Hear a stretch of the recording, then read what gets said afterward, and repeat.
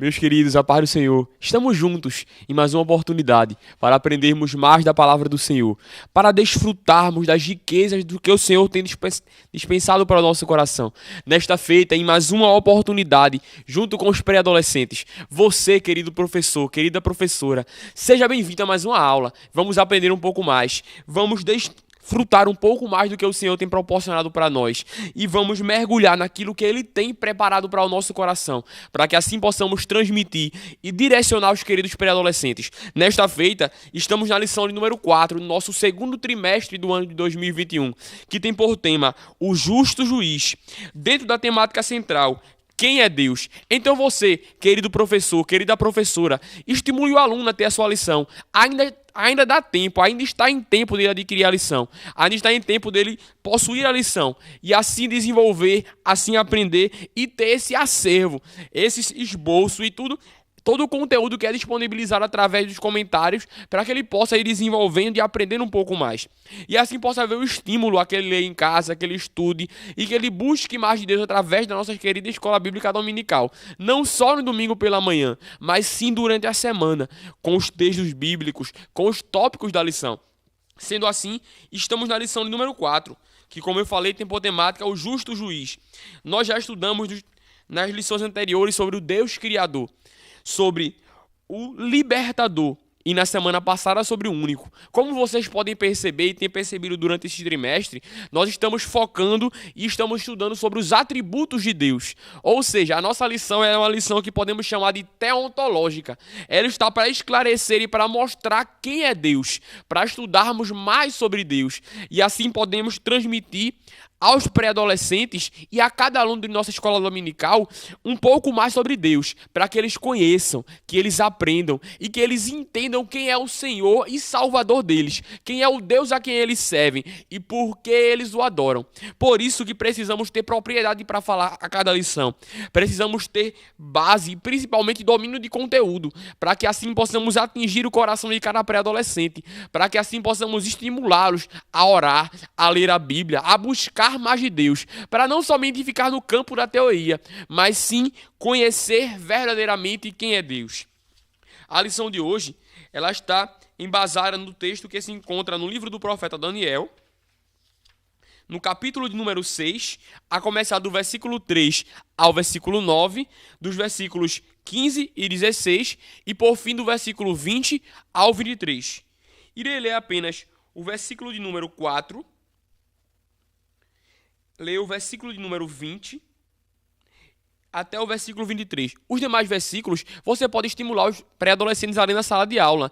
Nós, quando vamos ministrar, sempre buscamos essa didática. Lemos o primeiro versículo e vamos passando aluno por aluno, para que assim eles possam se familiarizar com a Bíblia, possam ir desenvolvendo a leitura e assim sendo estimulados a ler mais a palavra do Senhor. Não só ficar observando o professor ler, mas também abrir a Bíblia, procurar onde está o versículo, procurar onde está o capítulo, lembrar ele que o capítulo é o grande, o versículo pequeno, ainda que para muitos isso já seja rotineiro, mas para alguns às vezes que chegam novos convertidos, isso é importante, para que assim eles possam desenvolver e conhecer mais da palavra do Senhor. Então, a leitura se encontra no capítulo 6 de Daniel, a começar do versículo 3 ao versículo 9, os versículos 15 e 16 e os versículos do 20 ao 23. Como eu falei, não vou ler todos os versículos para ganharmos tempo, mas na sala de aula faça esse exercício. Leia com seu aluno. Vou ler o versículo 6 e depois a partir do versículo 20, do capítulo 6, que diz... Ou melhor, versículo 4. Então, os presidentes e os sátrapas procuraram ocasião para acusar a Daniel a respeito do reino, mas não puderam achá-la, nem culpa alguma, porque ele era fiel e não se achava nele nenhum erro, nem culpa. Versículo 20. Chegando-se ele à cova, chamou por Daniel com voz triste. Disse o rei a Daniel: Daniel, servo do Deus vivo, dá-se-ia o caso que o teu Deus, a quem tu continuamente serves, tenha podido livrar-te dos leões? Então Daniel falou ao rei, ó rei, vive eternamente. O meu Deus enviou o seu anjo e fechou a boca aos leões, para que não me fizessem dano, porque foi achada em mim inocência diante dele. Também contra ti, ó rei, não cometi delito algum. Versículo 23. Então o rei se alegrou sobremaneira e mandou tirar a Daniel da cova. Assim foi tirado Daniel da cova, e nenhum dano se achou nele, porque crera no seu Deus. E o nosso memorizando o que a Bíblia diz se encontra no segundo livro de Timóteo, na segunda carta de Paulo a Timóteo, o capítulo número 4, versículo 8, que diz: Desde agora me é estendida uma coroa de justiça, a qual o Senhor, o justo juiz, me dará naquele dia, e não somente a mim, mas também a todos os que o amam, a todos os que amam a sua aparição. Ou como está na nossa lição, na versão linguagem de hoje. E agora está me esperando o prêmio da vitória, que é dado para quem vive uma vida correta. O prêmio que o Senhor, o justo juiz, me dará naquele dia. E não somente a mim, mas a todos os que esperam, com amor, a sua vinda. Sendo assim, podemos então seguir a nossa lição. A nossa lição, como de costume, está embasada em 3 objetivos principais, que são eles. O primeiro, ensinar que Deus honra a fé daqueles que decidem não se contaminar com as ofertas do mundo. O segundo objetivo, compreender que Deus, com justiça, recompensará a cada pessoa por sua conduta. Por fim, o terceiro objetivo da nossa lição é aprender que a justiça e a fidelidade são atributos de Deus. Seguindo a nossa lição, no espaço do professor encontramos algumas dicas de como iniciar nossa aula, de como desenvolver e aproximar dos alunos este conteúdo, esta temática. Ele proporciona e sugere algumas perguntas motivacionais para que possa instigar o aluno, para que possa trazê-lo para dentro do conteúdo, para que possa despertar ele a atenção e a curiosidade para assim aprender um pouco mais da lição. São perguntas como: para você, o que é fazer justiça? A segunda pergunta proporcionada e sugerida pelo autor: alguém já agiu injustamente com você? Se sim, compartilhe sua experiência. Podemos até mesmo começar com perguntas como: o que você entende por justiça? O que para você é injustiça? Para que assim eles possam ter essa noção e então entender um pouco mais do que queremos trazer aqui para eles em relação ao atributo de Deus, que é a sua justiça, que é ele ser o justo juiz. Entendendo isso, vamos para a nossa lição. Ela está embasada em estar focada no personagem chamado Daniel. Mas, primeiramente, precisamos entender esta relação de Deus e sua justiça. Porque quando falamos de justiça, precisamos entender que esse é um atributo de Deus, tanto como seu amor. Porque vemos no nosso cotidiano e no convívio social que estamos inseridos uma supervalorização do amor de Deus, uma supervalorização da misericórdia e da compaixão de Deus, e um menosprezo e esquecimento da justiça. Mas o nosso Deus, ao passo que ele era amor, ele também é justiça. Então precisamos entender esta balança de equilíbrio, que Deus ele é justo, que ele é justo, melhor dizendo, que Deus ele é justiça, que Deus ele como é amor, ele também é justiça. Mas não podemos esquecer e tampouco focar tanto na justiça ao passo de pensarmos que Deus é um Deus carrasco, que Deus é um Deus que procura ocasião para nos castigar, que procura ocasião para nos maltratar e para nos vingar, para fazer mal contra nós, como punição, sempre esperando um erro nosso. Não, Deus ele é justo, mas a sua justiça é com equidade, é com equilíbrio. Deus ele é justo, mas ao passo da sua justiça há um peso de misericórdia, há um peso de amor, porque sabemos bem que as consequências e o resultado do nosso pecado merecia a morte, mas Deus, por ser misericordioso e compassivo, ele não nos dá o pago da nossa justiça, mas ele nos dá a oportunidade de vivermos debaixo da sua misericórdia.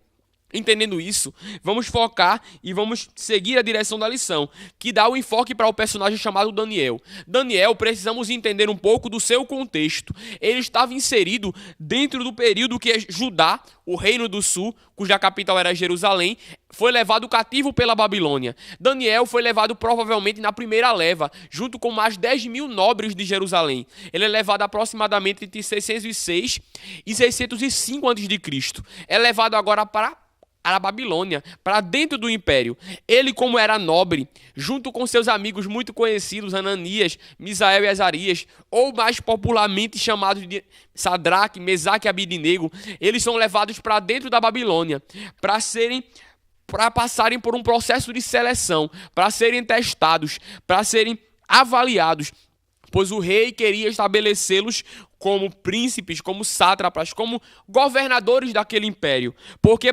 percebemos, e até o auxílio do professor vai nos dar esse respaldo e esse subsídio, que mesmo a Babilônia sendo um império muito grande, muito vasto, que dominou grandes territórios, dominou grandes povos, ele não tinha uma quantidade grande de súditos para ocupar esses cargos de governo. Então pegava nobres de vários reinos que eram dominados e cativos, e treinava-os em toda a ciência e sabedoria da Babilônia. Daniel e seus amigos foram então levados para lá, arrancados de sua terra natal, arrancados de seu convívio social, tirados do meio de sua família, tirados da zona de conforto e de onde eles gostavam de estar. São levados para a Babilônia e agora eles vão ser submetidos a testes. E o primeiro teste que encontramos é um teste de fidelidade para com Deus. Daniel, ele se sobressai e ele é destacável por conta da sua fidelidade. Ele é aquele que se destaca, aquele que decide obedecer a Deus mesmo sem ser observado, honrar a Deus mesmo sem ser visto, mesmo sem precisar ser cobrado. Daniel se dispõe a adorar, Daniel se dispõe a ser fiel, Daniel se dispõe a fazer aquilo que o Senhor tinha determinado para a sua vida. Encontramos isso quando percebemos no capítulo 1, no versículo 8 do livro de Daniel, ele com seus amigos decidindo não se contaminar, decidindo não se misturar, decidindo não se aculturar ao costume dos babilônicos, mas permanecer com as suas convicções.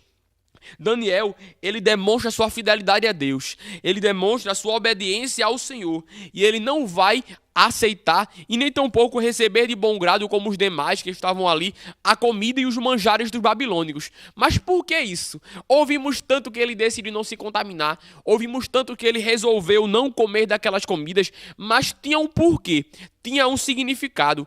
Haja vista que os babilônicos eram pagãos, eles não respeitavam a Deus nem conheciam as leis dos judeus. Eles, por sua vez, ofereciam as suas comidas para ídolos, ofereciam as suas comidas em rituais para os seus deuses pagãos. E também eles comiam de todos os tipos de comidas. E como bem sabemos, havia certos tipos de carnes e comidas que os judeus consideravam imundas, e por sua vez eles não se alimentavam. Daniel, como era fiel a Deus, temente ao Senhor, ele sabia muito bem disso. Então, com seus amigos, ele vai assumir este propósito, firmar este compromisso de não se alimentar do manjar do rei, de não comer de todo tipo de comida, mas sim de legumes e água, para então honrar a Deus mesmo em meio à Babilônia. Isso é recompensado por Deus, isso é honrado pelo Senhor, porque como vemos nos objetivos, Deus ele é aquele que recompensa e que honra quem age com fidelidade para com Ele. Precisamos também lembrar que a nossa justiça não é nada comparada de Deus, mas Ele, como é galardoador daqueles que o buscam, como diz o escritor aos Hebreus, como é bondoso e benevolente, ele recompensa todos aqueles que se dispõem a honrá-lo, a obedecê-lo, a fazer a sua vontade. Daniel e seus amigos se tornam destacáveis.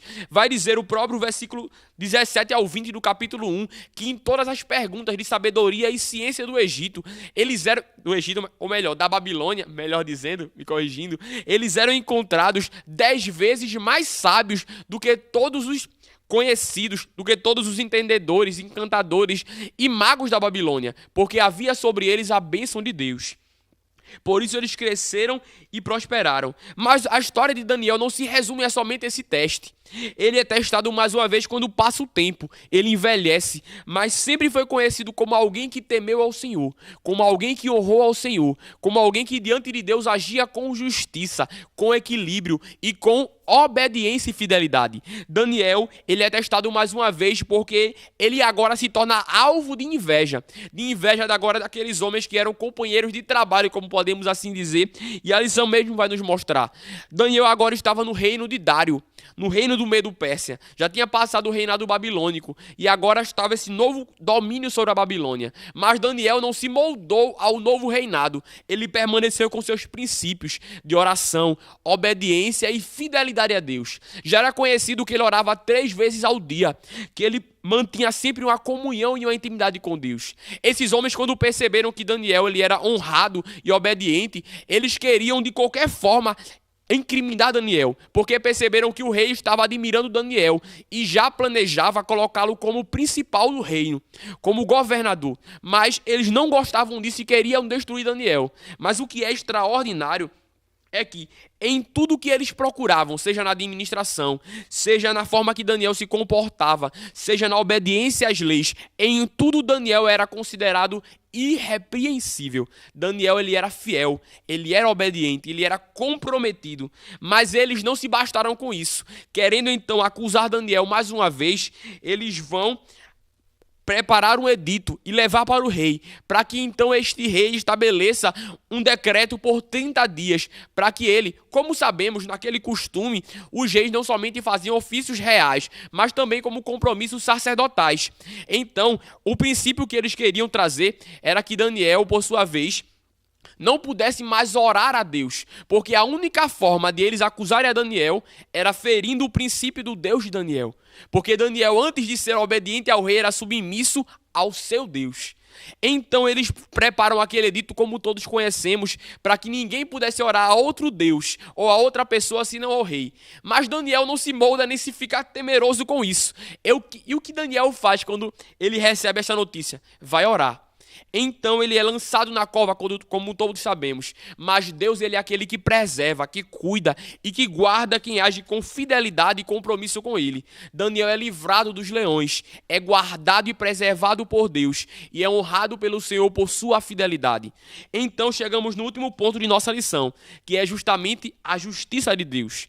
Deus, ele é um Deus justo, é um Deus fiel. Disse Naum, no capítulo 1, no versículo 3 do seu livro, que o Senhor, ele é tardio em irar-se e não tem o culpado por inocente. A justiça dos homens falha. A justiça dos homens, ele é corrupta e ela é passível a erros, mas a justiça de Deus nunca falha. Abraão vai chamar a Deus no capítulo 18 e no versículo 25 de Gênesis de o justo juiz, de o juiz de toda a terra. Então, percebemos que a justiça de Deus é justiça com equilíbrio. O próprio nome de Daniel vai dizer isso. O nome de Daniel vai significar: Deus é o meu juiz, como a referência da própria justiça de Deus.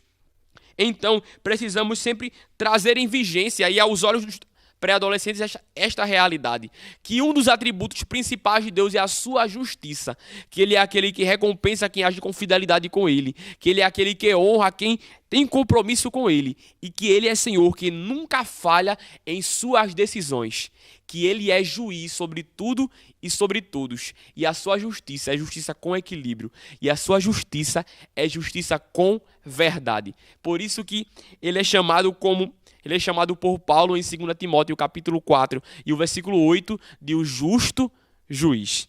Deus abençoe a sua vida, querido professor. Deus abençoe sua família. Deus abençoe a sua aula. Que Deus te use e ministre através de você para os pré-adolescentes. E assim eles desejem conhecer mais de Deus, terem intimidade com esse Deus e a cada dia serem fiéis a Deus, seguindo o exemplo do profeta Daniel. Deus te abençoe. Muito obrigado.